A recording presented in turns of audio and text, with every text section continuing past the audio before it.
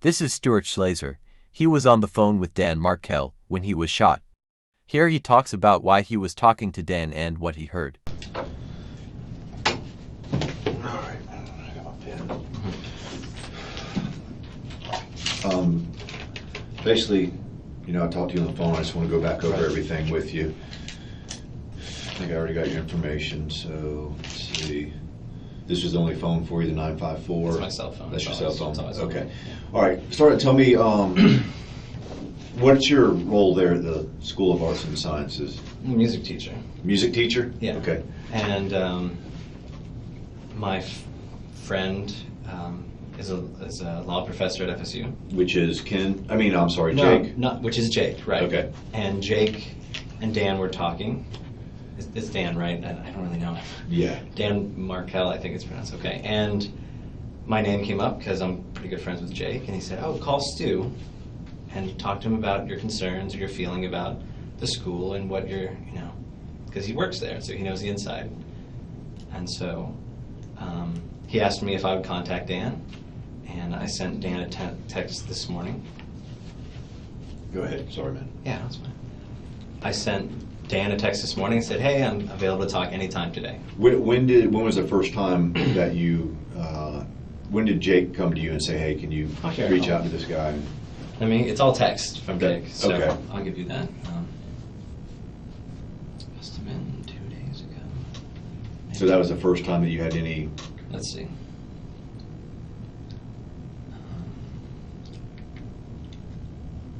Let's see.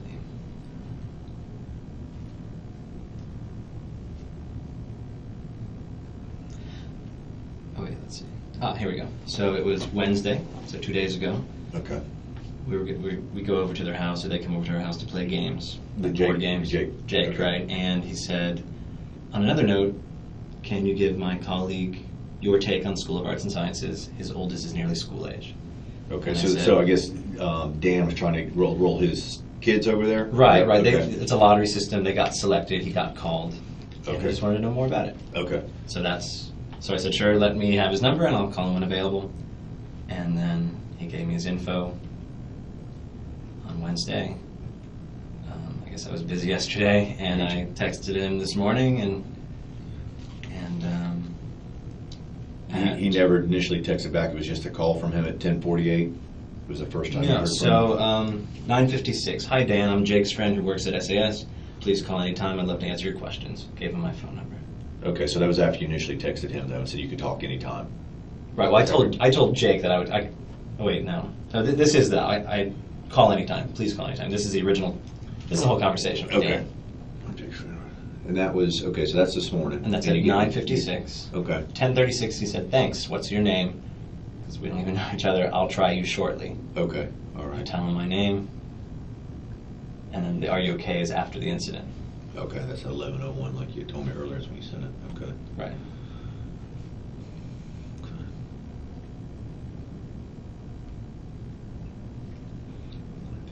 So all I knew about Dan was he's Jake's friend. He's an FSU professor in law.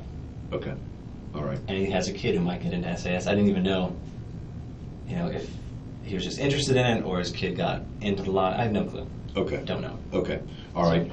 So, all right. Sounds good. So go through the series of events after you made contact with him, which would have been, just to confirm, was 10:48 a.m. is when you finally got the call from him? I'll pull that up. So,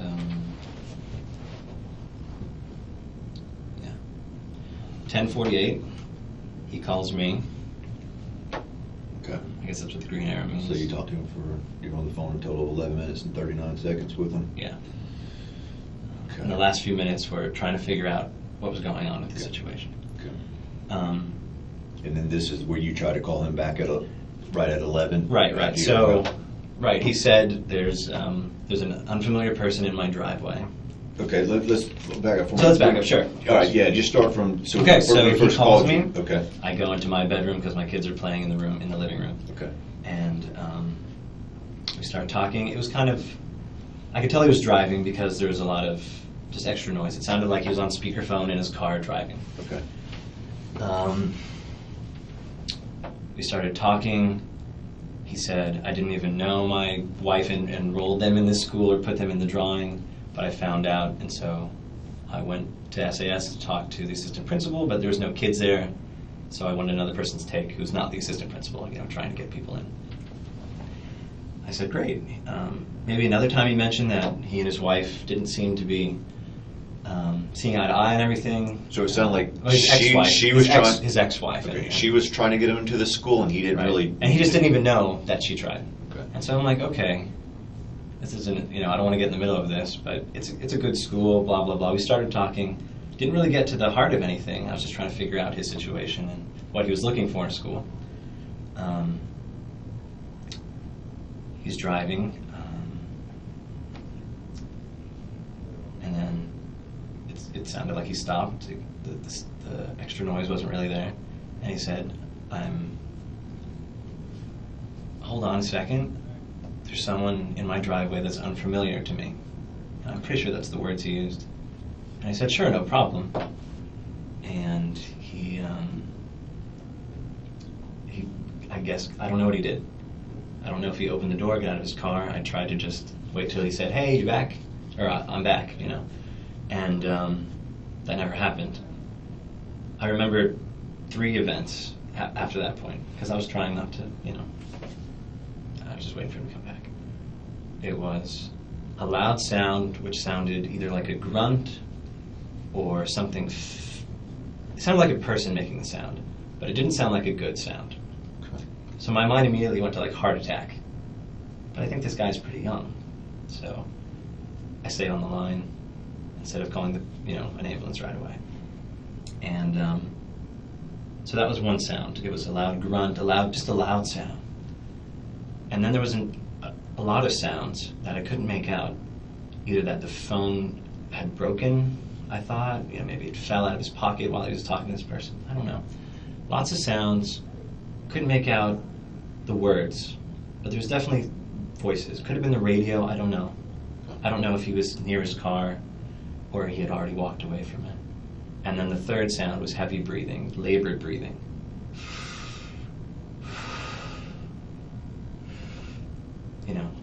And I listened and I thought, this could be a heart attack. Or, I don't have a lot of experience with these things, heart attacks or anything. But it didn't sound good. And then I started saying, are you okay? Maybe 3 or 4 times. Can I help you? Just different things. And then I decided to hang up. I called back again. It went to voicemail. So that's 11 o'clock call, right? Right, that's 11 o'clock, 43 seconds, went to voicemail, I hung up. I texted him, thinking, maybe something happened to his speaker, because I couldn't. But then the labored breathing was very clear, like the phone was like right here, or right here. Just very clear, I could, no question about what it was. Texted him, are you okay? No response. So I went to look up his address because it sounded like he just got home at his driveway. So I went on the Leon County Property Appraisers, typed in his name, found his address, and called the police. I said, I was talking to a friend of a friend I don't really know well. It seems like something happened. He said that there was an unfamiliar man in his driveway. Did he recall if he said man? Or No, he did say person. He said an unfamiliar person. Okay. My recollection. Yep. After, the address is 21 something Trescott. And you did that by looking up on the property appraisers? Right. It does a reverse lookup. I can look at the address, and I thought that was the best tactic to get his address real quick. He was the only damn Markel too, so it really helped. He said on the phone that someone else has already called, and I said, oh good, I hope everything's okay. He said some sort of accident happened, and he said, but thanks for calling as a second call. We'll make sure someone gets out there or someone's already out there. I don't know when that call was. I'm sure you guys have it. When did you call Jake and tell him that you thought something Was it after you called 911? Yes. I called him at 11:09. I must have called 911 at 11:04 or so. I mean, there's a few minutes between the labored breathing and when I called because I had to look up the address. 911 sounded like someone was already en route, or someone was already there, and I said, "Okay, great. You know, I'm glad because something definitely happened." I called Jake 11:09. I said, "I don't know what's going on, but something's happened to your friend." And you know, I told him we were talking, and all of a sudden there's labored breathing, and it didn't seem like things were okay. So maybe you could check on it, because you're a friend. I'm a friend of a friend. And he said, "Okay, you know, thanks for letting me know." And I remember him asking people. He was at work. Has anybody talked to Danny? I think he said. And they said no, or he wasn't in the office today, you know. And so, and that was the last I talked to Jake. And then Jake texted me, "An officer's going to call me," and then you called me before I even read the text. Okay. So I guess he said, I talked to him after. I said, "Yeah, I talked to the police officer," and he said that he'd been trying to figure out what's going on with his friend. And then, you know, I found out more details. There was a shooting on the street. From the news and stuff, or just from? Jake told me, said, "Well, we think he got shot." And I'm like, "Oh my God, I don't remember hearing a gunshot." I do remember a loud sound. Could have been a gunshot. Could have been screaming at the same time. Who knows? Okay. And you said when I talked to you earlier that when you did hear this loud noise, you kind of referred to it maybe even being like a car door. Do you remember hearing a car door open at any point, or is that just the whole loud noise that you heard all kind of? I don't know. Initially, I just thought, okay, I'll check on my kids, or I'll go. You know, I have a minute to think about what am I going to talk to him about with school. But then I realized that something else was going on, and then I started actively paying attention to the conversation. I don't remember him saying any words. In fact, I thought he almost muted the phone to talk to the person because it was pretty silent for a while. Or maybe he left the phone in the car. I don't know. Okay. So, yeah. And then the voices, you said it's either like muffled or it could have been a radio. You're not sure. It could have been a radio. They kept going in and out. It was just, I was trying to listen to it because he wasn't answering me, and that's just weird. You couldn't tell like argument. You couldn't tell there was an argument going on or anything like that. I mean, it sounded like that. And so I heard voices. Okay. Could be real people, could be the radio. You know. And then the labored breathing came pretty. How quick after? I don't know. Between the voices and the loud sound, I don't know which came first. I'm thinking the loud sound came and then the labored breathing. Okay. But What about the voices prior to? I'm guessing. I know really that's don't have fine. strong. Yeah, it's fine. But I mean, you think just kind of which way do you think it happened? Do you think it was the? I'm thinking it was the voices, the loud sound, the labored breathing. Okay. But that makes logical sense to me, so it might be wrong. It could have been the loud sound. I got you. But I never heard his voice again. After he said he saw someone in the driveway, you never. That was the last that's thing he said. Okay. And pretty much what you would think it was someone's in my driveway that I'm unfamiliar with.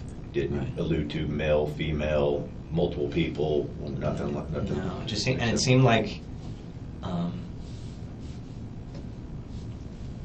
It seemed more than just someone walking by. It seemed like coming. I don't know how his driveway is, but it seemed like someone coming from the house the way that he was describing. Just not. It seemed suspicious person. So, and you think he said unfamiliar, some person on birth versus like a vehicle or anything like that? You think it was? Yeah, I don't remember him saying an unfamiliar vehicle. Just an unfamiliar person in my driveway.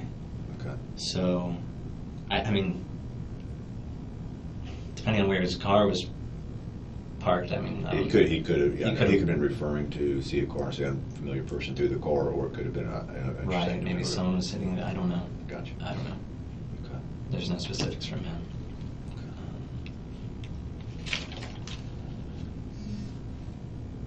So. All right. I think. Go ahead. Yeah. I mean, I don't know if you can call up that conversation through Verizon or whatever and listen to the last 5 or 8 minutes of it. I don't think it's. I don't know of any possible way to do it. Okay, I don't know if, NSA, Yeah, I know. all that stuff, Yeah, sure. I know. There's a lot of things But- we can do, but Okay. usually actually getting a conversation like that, there's no way for Sure, and I was thinking toward the end, I felt something saying I need to record this, but there's no way to do it. Or like no we way to- started hearing the weird stuff going on. Yeah, I'm like, this is just weird. And then when the breathing came, I'm like, this is, Yeah. and then I did what I did. So. All right, let me just step out and make sure there's no other questions that Sure. they want me to check course. on, but I think that's pretty much it. All right, man, thanks. Thank you, yeah.